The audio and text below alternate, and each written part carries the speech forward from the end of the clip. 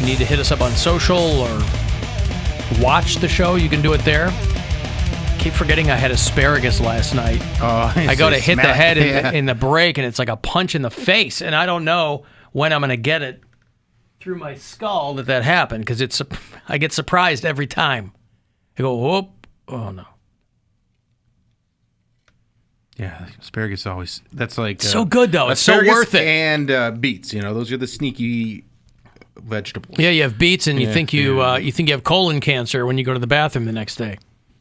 But the asparagus is totally worth it. I do like asparagus. It's also one of those things where asparagus and Brussels sprouts, when I was growing up, were always so overcooked. They would get boiled, and they'd just be these like sloppy... boiled. Garbage... Or like my mom would bake the asparagus, just like put it in the oven, but leave it in there forever. Or dry it out. It'd be either dry or it'd be just so mushy. Yeah. And it's like, if you cook these things correctly, they're really delightful. Toss them with some oil and some bacon or something in there. They're just...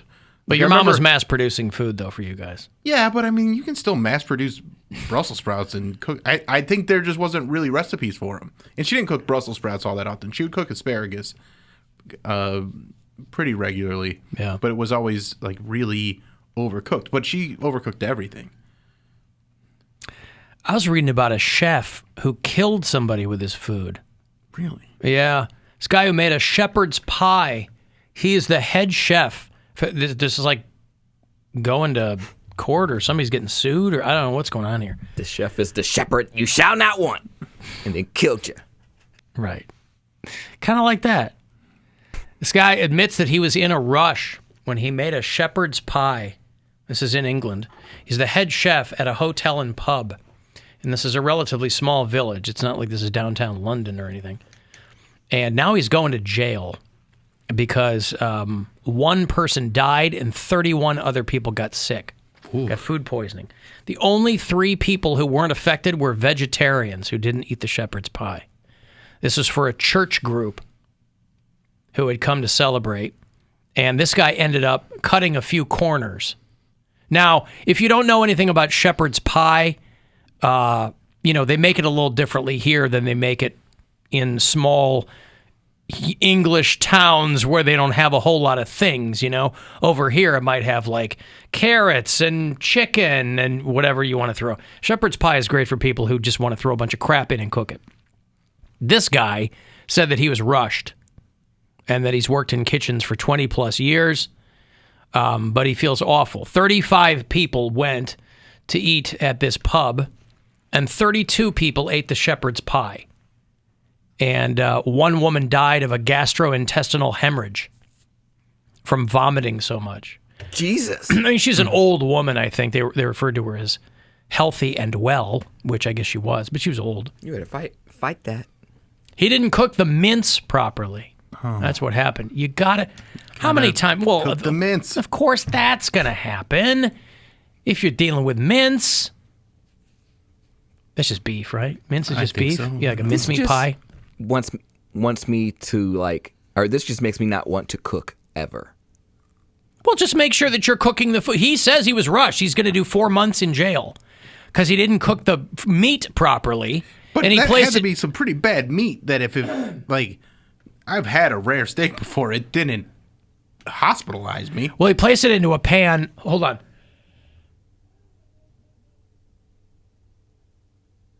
I don't know what's going on with my throat. Nevertheless, somebody can't cook my mince properly. I don't know what's going on with my throat. Right. I was expecting both of you to get excited by that. The mince wasn't cooked properly, and so he placed it into a pan with ice water. And he had to leave, so he put it in cling wrap and put it in the fridge overnight. Oh. And then he cooked it again, but not enough, and just added mashed potatoes to it. And then he didn't take the meat's temperature before it was served. And he tried to zhuzh it up. He's like, well, I know this is probably terrible, but let me just put some taters on it. Right. Well, you're in some English village. It's not like you have a wide array People kill me. Let's put some parsley flakes on it. Put a little bit of ketchup. Yeah. Fine. Like Frank Costanza cooking for the army guys. You know how they decorate the plate? Like, let's just put a little design on a little star. Let's put It's all about the plating, yeah. As long as it looks good, it should taste good. I'll make a little Squidward. You want a little Squidward on your plate? I'll put a little Squidward. Now, Squidward. Did anybody complain about how it tasted? Or they just got sick from it? Say again? Did anybody complain about the taste? Don't know about that. They're like, oh, it tasted good. It was rancid, but it still tasted good. He made rancid edible, so, I mean, you got to give him credit for that. Yeah. At first, it went down. I mean, it made our mouths numb. We didn't think anything of it. Yeah, the woman who died was 92. Imagine you live to 92 in a small town in England, and you die at the hands of an uncooked shepherd's pie. Improperly cooked. Improperly cooked It was not shepherd's cooked pie. Correctly. Is that a felony?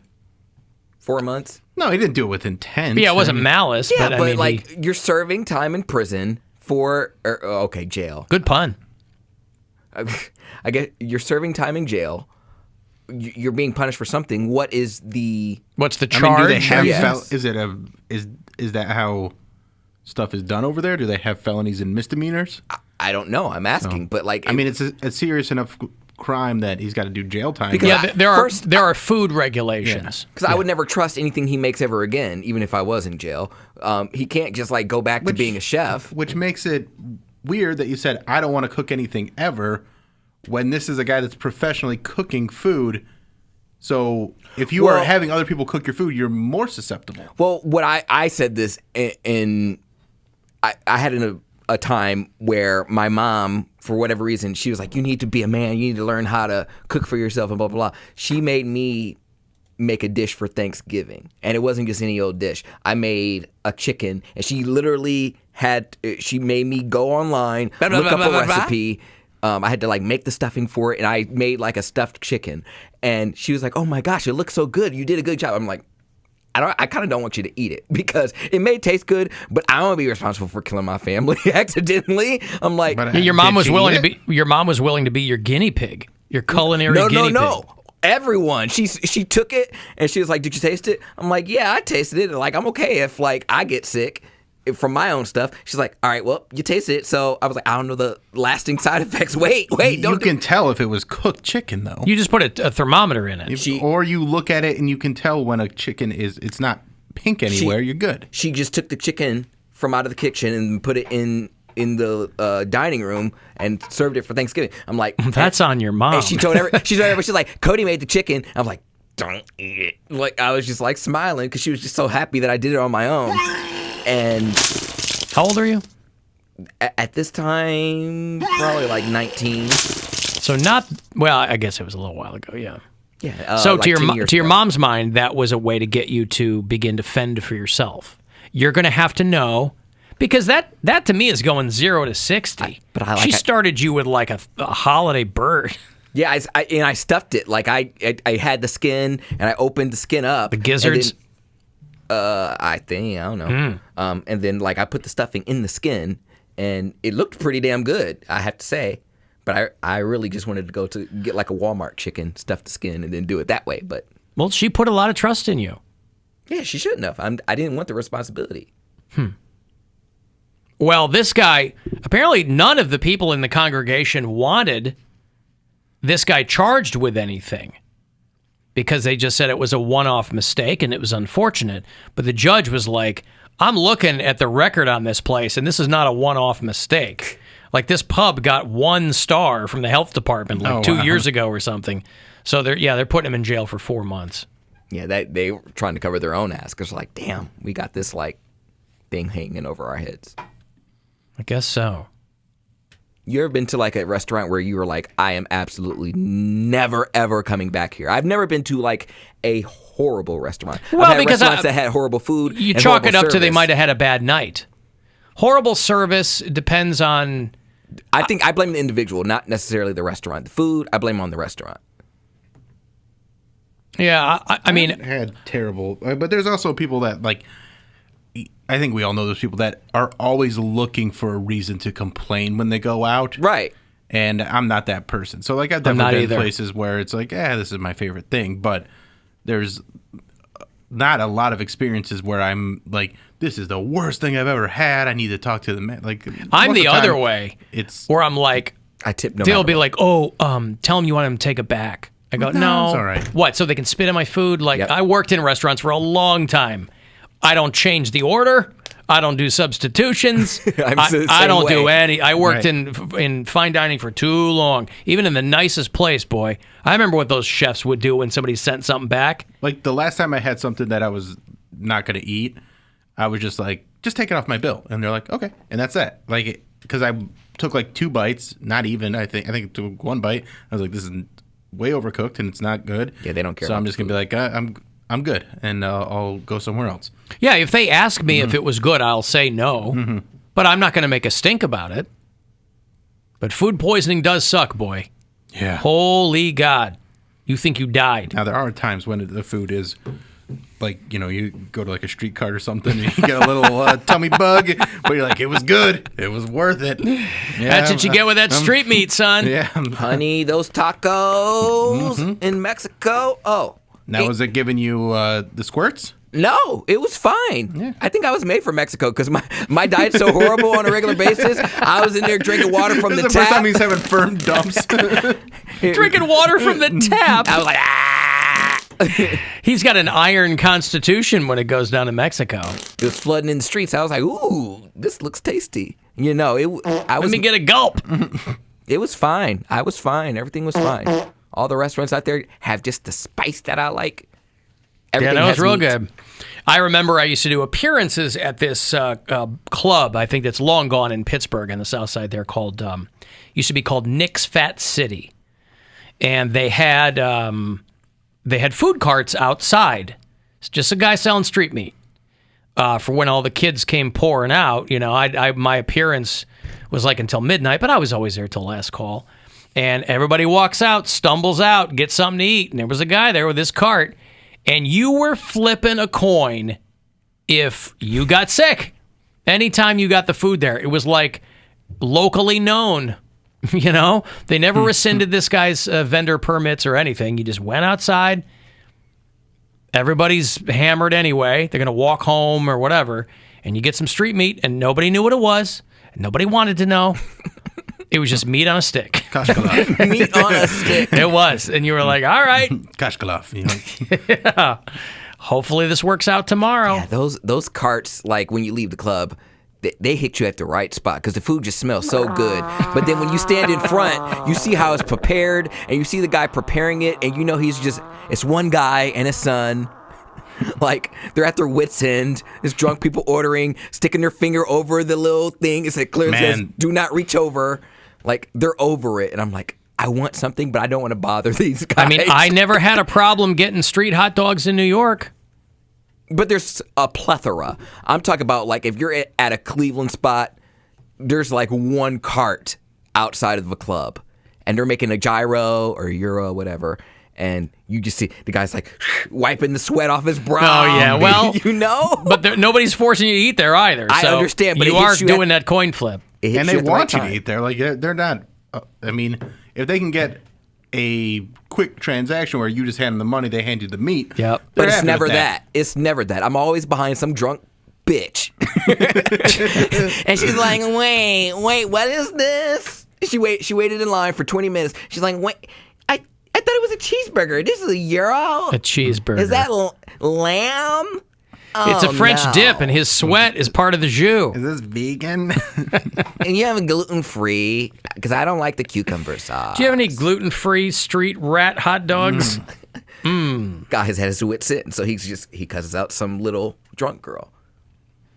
Yeah. It'll be nice when we're downtown. We can go get some street meat right outside the studio. For lunch. Yeah. We should get a vendor's permit for the show. That could be Poundcake's new part-time job. Alan Cox Show hot dog cart. Yeah. I mean, the vendor permits can't be that. As long as you're not... AC cart catcher. there you go. As long as you are not making people sick, as long as you're doing what you're supposed to do, the vendor permits can't be that much. You could probably do pretty good on that, too. You probably make some money, Poundcake, if you're selling hot dogs before the show. Pre-show wieners. Yeah. Poundcake's wieners. Okay. I'll do anything for a check. One day, a couple of GIs found a crate. Inside was 600 pounds of prime Texas steer. At least it once was prime. The use date was 3 weeks past. But I was arrogant. I was brash. I thought if I used just the right spices, cooked it long enough. What happened? I went too far. I over-seasoned it. Men were keeling over all around me. I can still hear the wretch screaming. Puking into their helmets.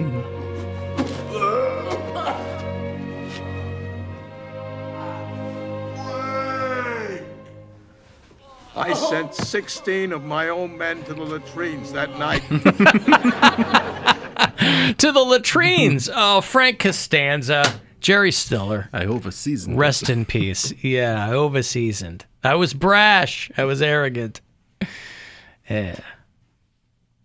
Do we have time for... Do you want to do Terry's picks before or after the break? Let's do them after the break. Do them after the We got break. more Okay. Street meat chat. We got more on can pull street this- meat. We can drag this over the line. Well, that was something in the Philippines. We weren't supposed to eat anything from like a street vendor or anything like that, but they had some of the best food, and so I didn't care.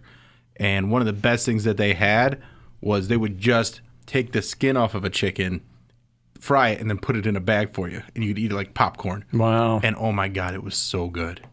There's also this weird calculus in your brain where if you're in another country and there's something like that, you go, well, they've been doing this for hundreds of years. I'm sure they know what they're doing and it's fine. Yes, they've been cooking on propane for hundreds of Well, years. no, I don't mean that, but cooking by the side of the road or Right. whatever. When we went to Corsica, one of the first places we stopped was this in the middle of nowhere on the side of the road was like a gas station. Mm-hmm. But you could sit and they would bring out like melon and charcuterie and they would like make these little pizzas. Oh my God, it was amazing. Poundcake's mom likes the rotisserie chicken, the Walmart chicken. Just the Yeah. Walmart brand. The rotisserie chicken that you get in the Philippines, they were so good, and they give you this like brown sauce with it. And there's one place in particular when I was like in like the heart of Quezon City, and we every night we go and get like a full chicken, split between the two of us, and it was like $4. Yeah. Probably less. It was so affordable, but it was so good. And that would be, we just eat that with rice every night and some vegetables, and that was our we'd be always looking forward to that. Cheap dinner. And they were so good. But then they also had the weird stuff. The like little chickens, like they're Cornish game hens. I mean, they were just like half. I don't know. They were baby chickens, and they just deep fry the whole thing, and people eat those off a stick. Yeah. Deep fried whole baby chickens. Yeah, pretty much. Beak and all. They just go yoink. Yep. Put it. Wow. And then they'd have like little. There's chicken feet. and Not there's dipped all in sorts of stuff. chocolate. Nothing like that. No. Just. I mean, they would put some spices on it, but it would be. Yeah, it like look like a chicken. On a stick. Yeah. On a It's steak. little tiny little chick. Wow.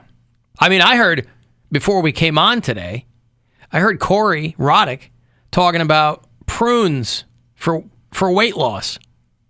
They did some big study. Because you don't want to eat anything. You're like, ugh, nothing's good. Prunes are disgusting. I like prunes. I mean, they're I like them a fine. lot.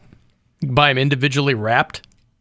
Oh, I dig prunes. But they say because the holidays are coming up, eat prunes along the way, and for some reason it's easier to keep your weight under control, or it's better for your digestion. I don't know. And we tried to feed Poundcake prunes to make them poop. Yes, that's right. Are you ever going to eat prunes again? The prunes you guys gave me were dry. It wasn't like actual prunes. Well, no, That's what a prune is. That's what a prune is. A prune is Dried a dried plum. Oh, What did you think a prune was? I thought this prune was its own thing. I didn't know a prune was a well, it is. It's a plum. dried plum. Yeah. Okay, I thought it was like a sister plant to a plum. Sister plant. Give me a sister plum. I thought it was. Okay, mister, why aren't grapes dried? And they were raisins? Yeah, I said that. Yeah. Okay, well, Yeah. I didn't know. I didn't know prunes were dried.